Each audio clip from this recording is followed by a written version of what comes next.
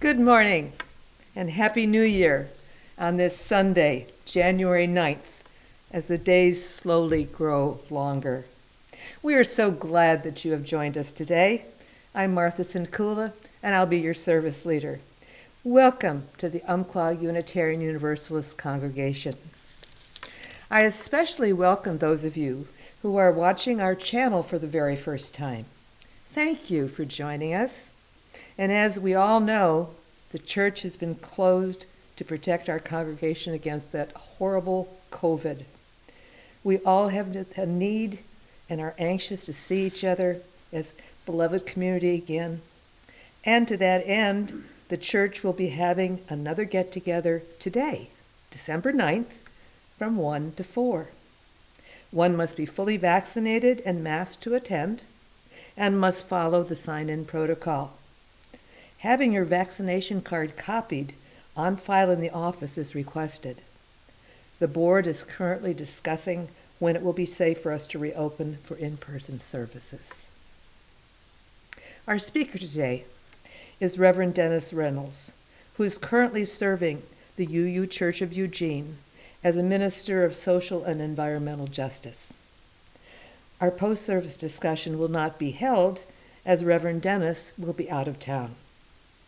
We thank Jake Tranter and Lucy Swangham for their work in producing this week's service.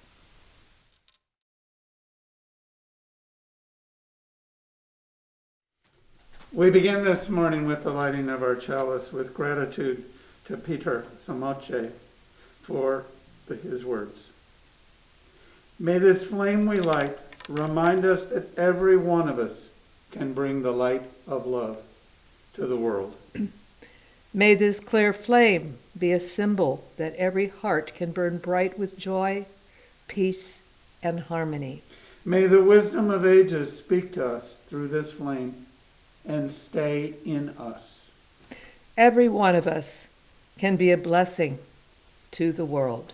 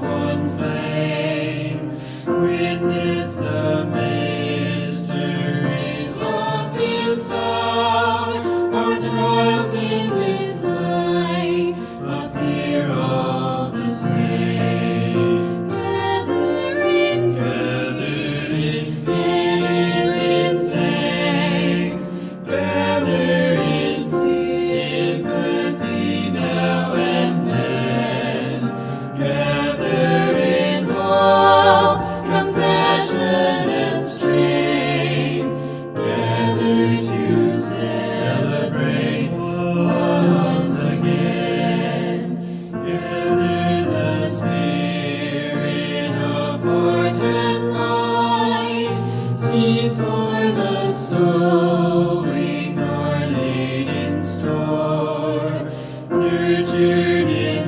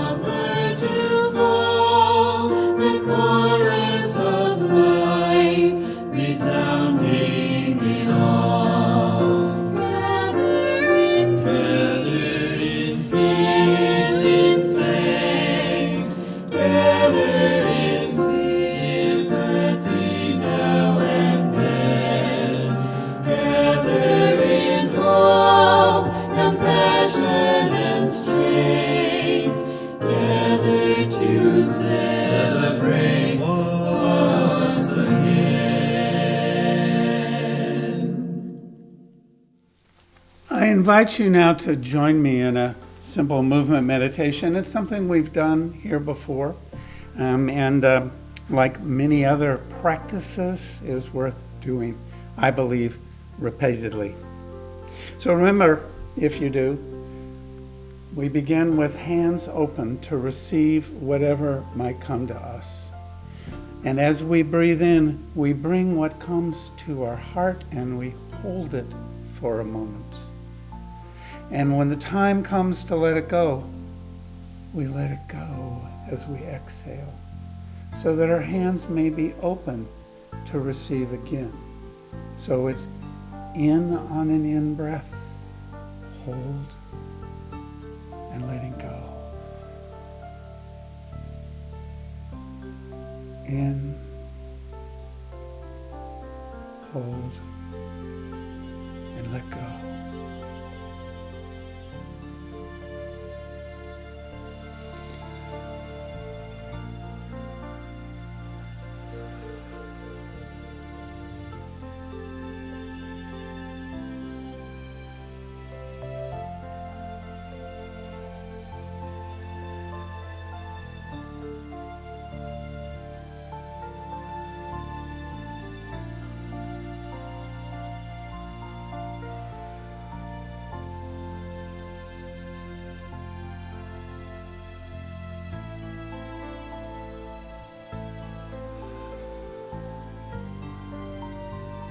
And let's hold hands open for a brief time of shared silence.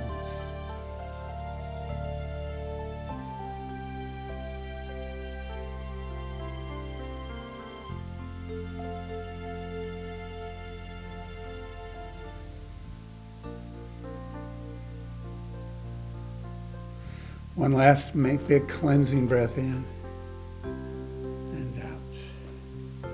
Thank you.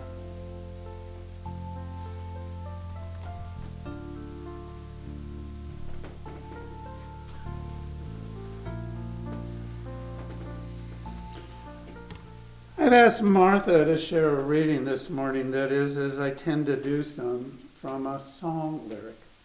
And as I often do, I picked a song from the 1960s because some of the lyrics written and sung then seem to resonate in our times yet again. This song is from the Rolling Stones.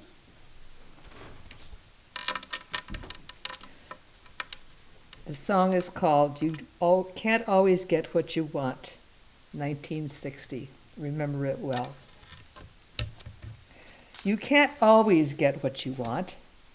You can't always get what you want. You can't always get what you want. But if you try sometimes, you might find you get what you need. We went down to the demonstration to get our fair share of abuse. Singing, we're going to vent our frustration, and if we don't, we're going to blow a 50-amp fuse. You can't always get what you want, but if you try, sometimes you just might find you get what you need. 1960s. Those were the days.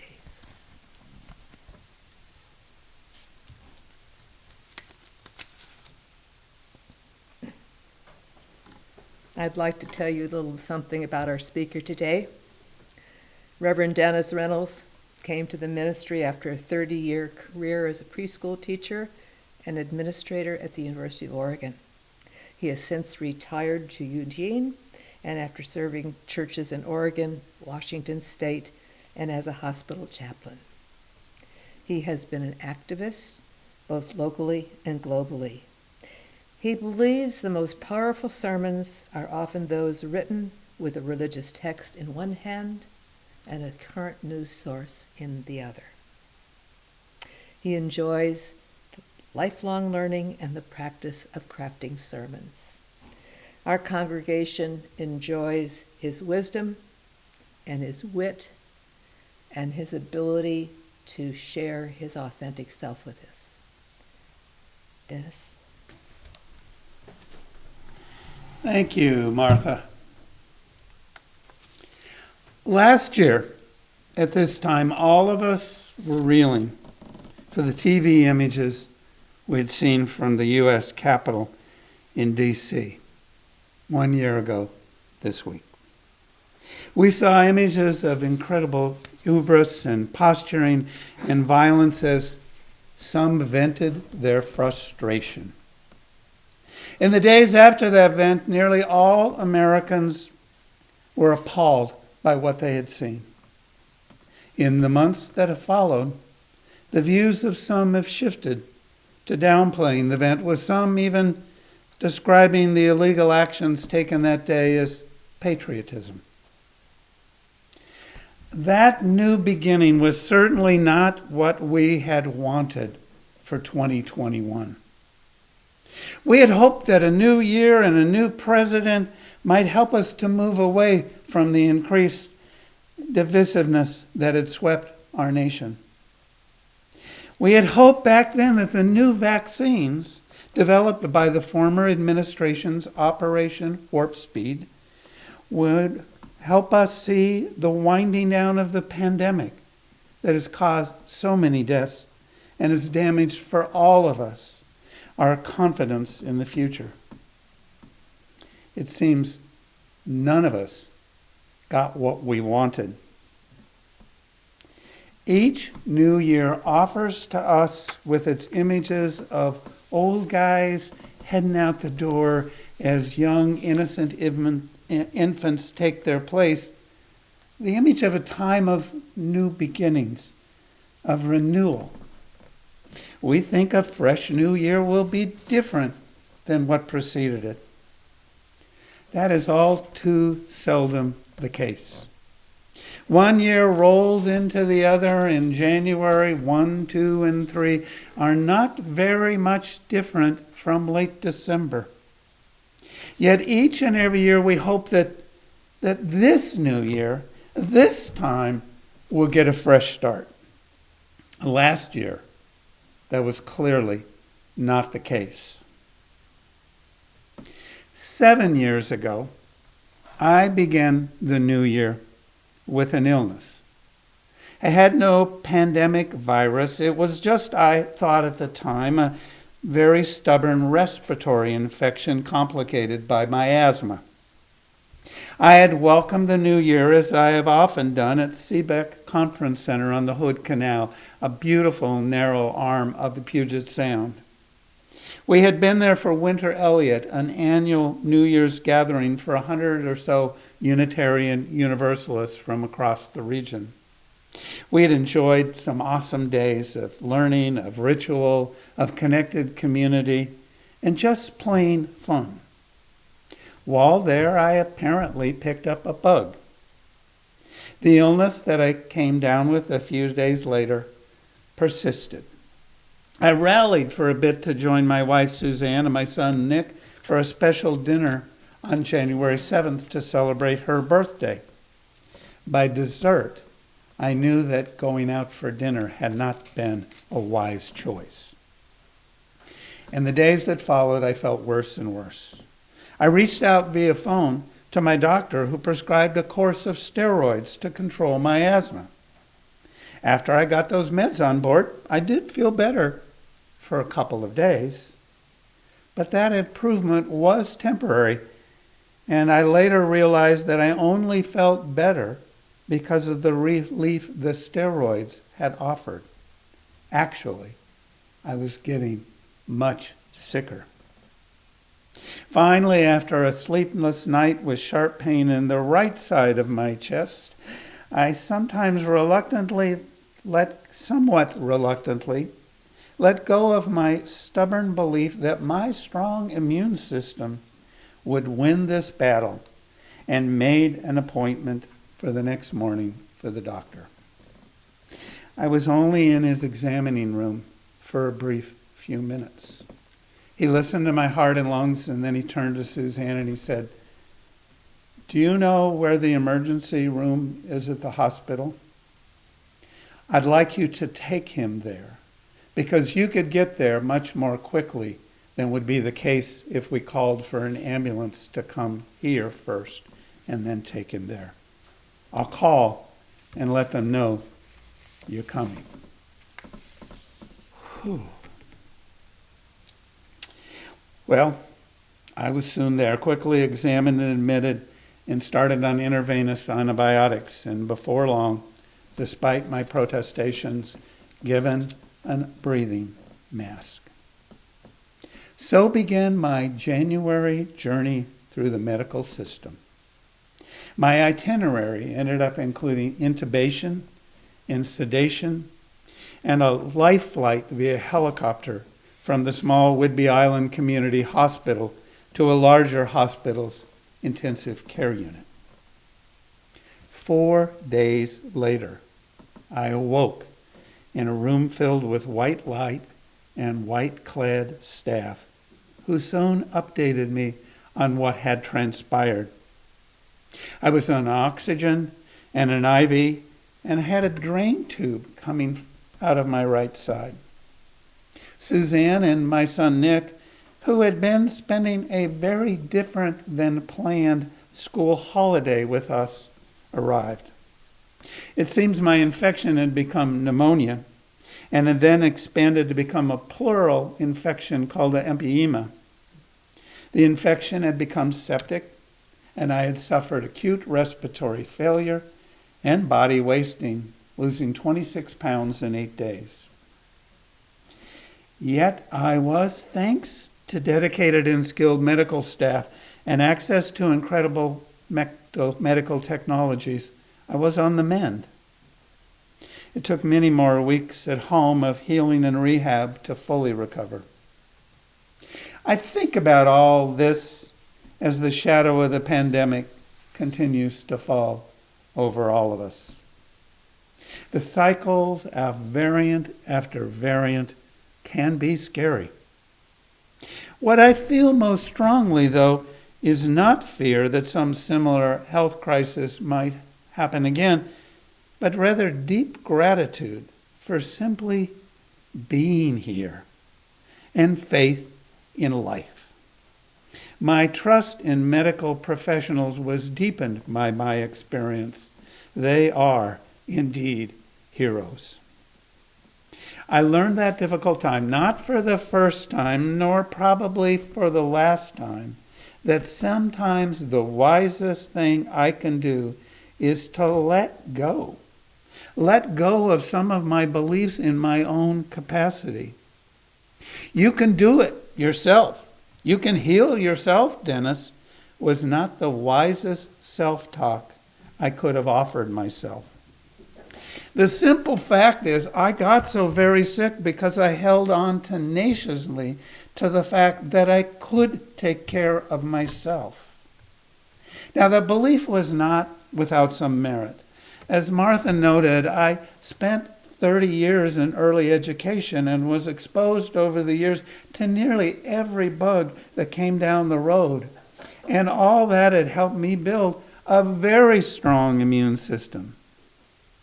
Years later, I had clung to that belief, and my attachment to that notion of immunity had proved to be a kind of wrong thinking that had been nearly fatal. Clinging, attaching, holding on to what I believed to what may have once been true had caused me much suffering. I had encountered what the Buddhists call dukkha, the difficulties of the real world. You may recall that a few months back in a previous sermon I had discussed that hard-to-define term, dukkha. For today, I'd like to say that dukkha is commonly explained according to 3 different categories. 1, the obvious physical and mental suffering associated with birth, growing old, illness, and dying. 2, the anxiety or stress of trying to hold on to things that are constantly changing. And number 3, a basic unsatisfactoriness pervading all forms of existence because all forms of life are changing and impermanent. The first of the Four Noble Truths that the Buddha taught is that life is dukkha. The American teacher of Tibetan Buddhism, Pema Chodron, provides an explanation to the Four Noble Truths that I find helpful. Pema Chodron says, the first Noble Truth says that it's part of being human to feel discomfort. Nothing in its essence is one way or the other. All around us, the wind, the fire, the earth, the water are always taking on different qualities. They're like magicians. We also change like the weather. We ebb and flow like the tides. We wax and wane like the moon. We fail to see that like the weather, we are fluid, not solid, and so we suffer. The second Noble Truth says that resistance is the fundamental operating mechanism of what we call ego. That resisting life causes suffering. Traditionally, it's said that the cause of suffering is clinging to our narrow view, which is to say, we are addicted to me. We resist that we change and flow like the weather, that we have the same energy as all living things. When we resist, we dig in our heels. We make ourselves really solid. Resisting is what's called ego. She continues, the third Noble Truth is that suffering ceases when we let go of trying to maintain the huge me at any cost. This is what we practice in meditation. When we let go of the thinking and the storyline, we're left just sitting with the quality and the energy of whatever particular weather we've been trying to resist. The essence of the fourth Noble Truth is that we can use everything we do to help us to realize that we're part of the energy that creates everything. If we learn to sit still like a mountain in a hurricane, unprotected from the truth and vividness and the immediacy of simply being part of life, then we are not this separate being who has to have things turn out our way. When we stop resisting and let the weather simply flow through us, we can live our lives completely. It's up to us. It is up to us. We can choose to view, for example, the wintry weather we recently experienced with all the snow and ice that blanketed most of Oregon as blessing or as pain. Whatever our choice, it simply was. It was lovely. We can appreciate the beauty of the snow. We can enjoy the quiet and solitude that it offered. I had some wonderful winter wonderland walks with my dog in the cold, white, light-filled days. Suzanne and I got out one day and we built a good-sized snowman, complete with carrot nose and all. The view out of my window and the sparkles in the snow that emerged when the sun peeked through were stunning. It took my breath away. The weather was also a source of anxiety. The snow was forecast to arrive in Eugene early on Christmas Day, and since one of our hoped-for guests lived on a hill, we were unable to confirm Christmas plans until that morning. When the snow did come, it disrupted travel. We did not get out for several days. Folks who had to get out experienced difficulties, and there were many accidents. The state police reported over twice as many accidents this past December as in the previous year. Now, we could have chosen to rage against the winter weather, feeling and expressing frustration and anger at Mother Nature. Such rage might have helped us vent our frustration, but it certainly would not change the weather and the positive or negative impacts that came with it. The Christmas week weather simply was. The same is true of the gray and rain and mud we experience every winter here in Western Oregon. We can spend all winter complaining or simply accept that this is the way of our Northwest world, remembering that all this wet feeds the green all around us, and that the rain fills the lakes and streams, and that the snow that falls in the mountains keeps them fed and full through the summer, and helps keep the hydro-powered turbine generators humming. Accepting the quality of our seasonal weather can prompt the privileged amongst us to get away, be it a simple day trip to the mountains to get above the clouds. I've found how remarkable it is when we can do that and find sun just by going uphill. Or perhaps we may have the option or the choice to take a trip to warmer climes. Western Oregon winters are wet. In other seasons, summer weather can be too hot and dry. We can either rage against that or perhaps see that this is the ideal time to immerse oneself in those lakes and rivers. The same choices are available to us about the heat of politics. We can hold tight to our views of what's right, or we can hold them more softly. Now, it's important to recognize that Buddhism is not just a passive tradition. It merely suggests that accepting what is as truth can ground us more fully in our efforts to impact that which is within our power to change. If we spend less time in anger and frustration over what is, then we can have greater capacity to take on positive work towards what we know in our hearts can be. As in our meditation, when we let go, then our hands can be open. And we can use those open hands and our open minds and our open hearts to do something truly positive.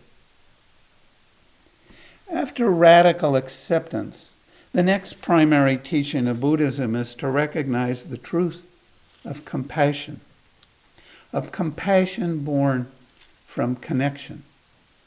As Pema Chodron told us, the essence of the fourth noble truth is that we can use everything we do to help us to realize that we're part of the energy that creates everything. We are part of the energy that creates everything. Such a notion certainly is consistent with the seventh principle of our Unitarian Universalist faith, which affirms and promotes respect for the interdependent web of existence of which we are a part. We are a part of everything. We are a part of the energy that creates everything. What we do matters. These notions are similar to the traditional serenity prayer. God, grant me the serenity to accept the things I cannot change, courage to change the things I can, and the wisdom to know the difference. The roots in Western thought of such notions run deep. Some trace them back to the teachings of the Greek philosophers known as the Stoics. In an end-of-the-year article titled Better Living Through Stoicism, From Seneca to Modern Interpreters, the writer Molly Young offers that Stoicism is many things, but the basic principles can be summed up quickly. Excellence of character or virtue is the only true good, and we should spend our lives pursuing it. Virtue is its own reward, but as a free bonus, it also makes us happy. We should cultivate feelings of kinship towards all humans. We should not whine or gossip. We should mentally rehearse all the undesirable events that might befall us, including death, so that we'll be prepared if and when they do happen. But we should not do this in an obsessive way, more of an imaginary exposure therapy way.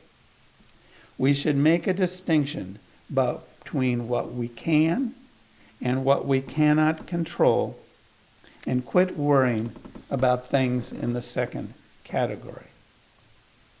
Molly Young offers that one of the premises of Stoicism is that it will help you assimilate horrible events with equanimity.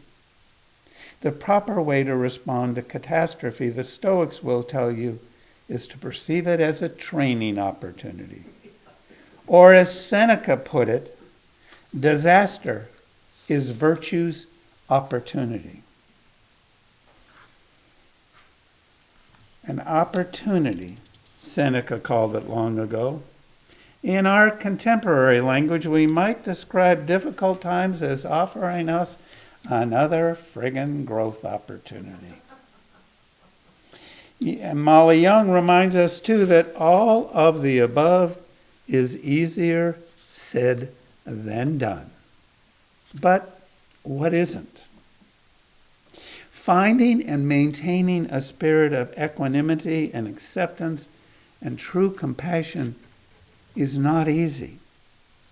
We need lots of friggin' growth opportunities.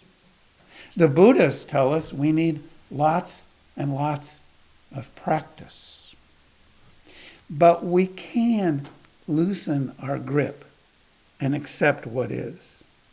We can cling less to what we want and thus be more open to receive what we need. It took a major health disaster for me to learn to not try stubbornly to heal myself. COVID has taught me repeatedly that I cannot control the future or count on my plans becoming reality. Life, as it always has been, has too many variables. As we seek to plan for when we can all worship together in person, we have learned that such plans need to remain fluid and changeable. Sure, we can plan, but there is no point in clinging to our plans. As another rock and roll lyric, this one from John Lennon, reminded us, life is what happens when you're busy making other plans.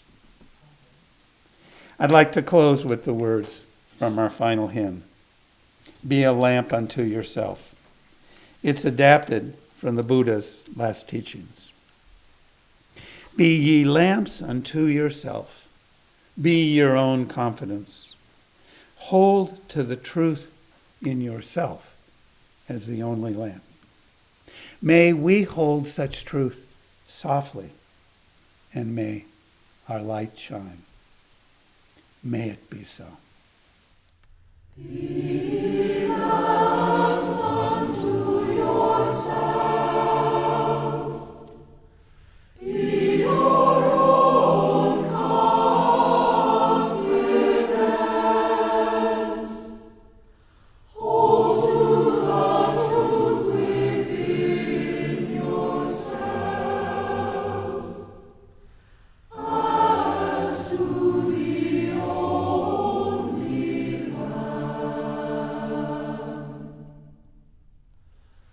Be lamps unto yourselves.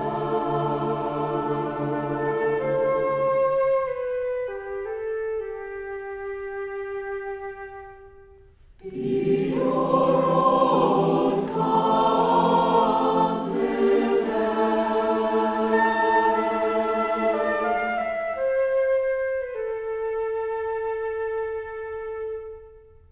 Hold to the truth within yourselves, as to the only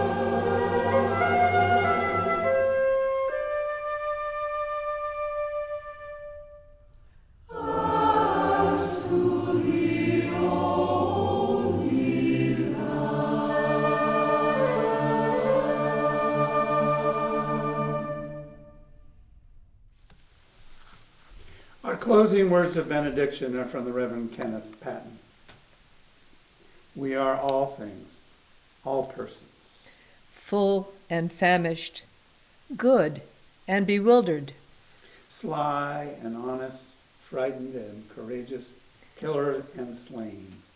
the rupturer and the mender, youth and age, male and female, and non-binary, bay and corpse, We are all things.